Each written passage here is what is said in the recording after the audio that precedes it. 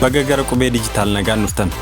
Asirratti barnoota teknooloojii bifa salphaan Afaan Oromootiin isiniif qooda. Akkam jirtu hordoftoota qubee dijitaal? Viidiyoo kana keessatti akkaataa Gmail akkaawuntii keessan lakkoofsa bilbilaa keessaniin verify gootan isinitti agarsiisa. Lakkoofsa bilbilaa keessan akkaawuntii keessan waliin wal qabsiisuun faayidaa guddaa qaba. Fakkeenyaaf yoo paaswordii keessan irraanfattan lakkoofsa bilbilaa keessan fayyadamuun akkaawuntii keessan sana deebifachuu dandeessu. Akkasumas yeroo Google akkaawuntii keessan irratti shakkii qabaate eenyummaa keessan mirkaneeffachuuf odeeffannoo dabalataa isin gaafachuu danda'a. Kanaaf lakkoofsa bilbilaa keessan isa sirrii ta'e akkaawuntii keessan waliin walitti hidhuun nageenya akkaawuntii keessanii cimsuu dandeessu jechuudha. Gmail akkaawuntii keessan lakkoofsa bilbilaa keessaniin verify gochuuf jalqaba seetingii mobaayilii keessanii keessa seentu.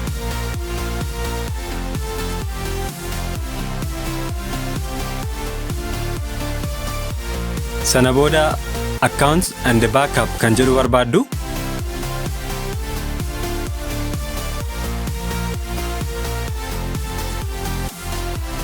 Accounts and backup kan jedhu erga argattanii booda isa irratti tuqxu.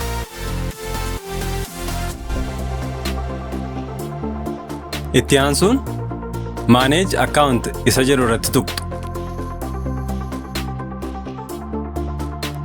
Yommuu inni akkaawuntiiwwan mobaayilii keessan irra jiran isinii fidu, Gmailii isa verify gochuu barbaaddan irratti tuqxu.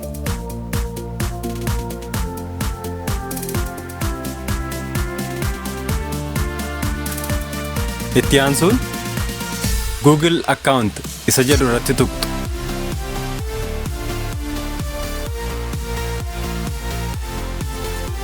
Google account irratti yommuu tuqxan akkaataa kanaan isinii fida. Yommuu inni akkasitti isinii fidu add recovery phone isa jedhu irratti tuqxu. Sana booda yoo mobaayiliin keessan paaswordii yookiin paatarnii qabaate isin gaafata waan ta'eef paaswordii yookiin paatarnii mobaayilii keessanii gashitu. Itti aansuun bakka alaabaan irra jiru kanarratti tuquun biyya keessa jirtan filattu. Itoophiyaa keessa jirtu yoo ta'e Itoophiyaa filattu. Biyya biraa jirtu yoo ta'e immoo biyya keessa jirtan sana filattu jechuudha.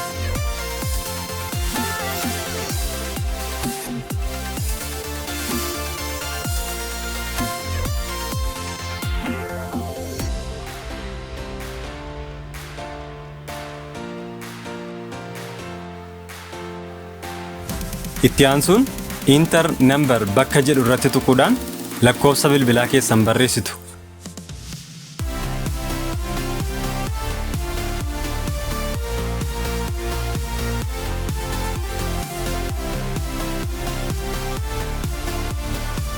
Lakkoofsa bilbilaa keessan barreessitanii erga xumurtanii booda save isa jedhu irratti tuqxu.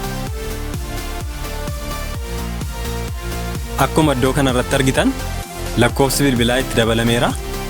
Akkasumas Gmail irraa ergaan isiniif dhufa.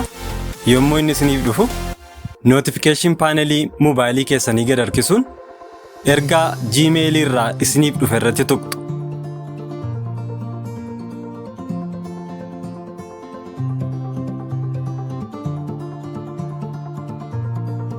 Yommuu inni akkasitti isiniif fidu yes it was me isa jedhu irratti tuqxu. Sana booda gara fuula biraatti isin dabarsa. Itti aansuun done isa jedhu irratti tuqxu. Akkaataa kanaan Gmail akkaawuntii keessan lakkoofsa bilbilaa keessaniin verify gochuu dandeessu. Lakkoofsi bilbilaa isin gashitan sun verified akka ta'e ilaaluuf booddeetti deebitanii personal info isa jedhu irratti tuqxu.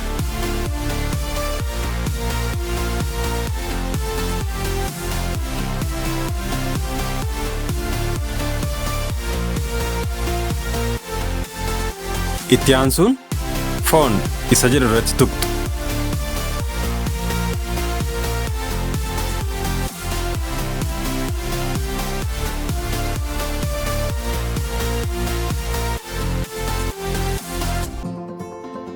Akkuma bakka kanatti argitan lakkoofsi bilbilaa kun verified ta'eera. Kanaaf iddoo kanatti verified jedhee barreeffamee jira. Akkaataa kanaan Gmail akkaawuntii keessan salphaatti verify gochuu dandeessu. Yoo viidiyoo kana jaallattan like godhaa. Barnoota teknooloojii Afaan Oromootiin bifa salphaatiin argachuuf qubee dijitaal subscribe gochuun hin dagatinaa. Akkasumas mallattoo beel tuquun viidiyoon haaraa qubee dijitaal irratti gaafa gadhiifamu dursee akka isin bira ga'u gochuu dandeessu. Yaada yookiin gaaffii yoo qabaattan koomentii jalatti nuuf barreessaa.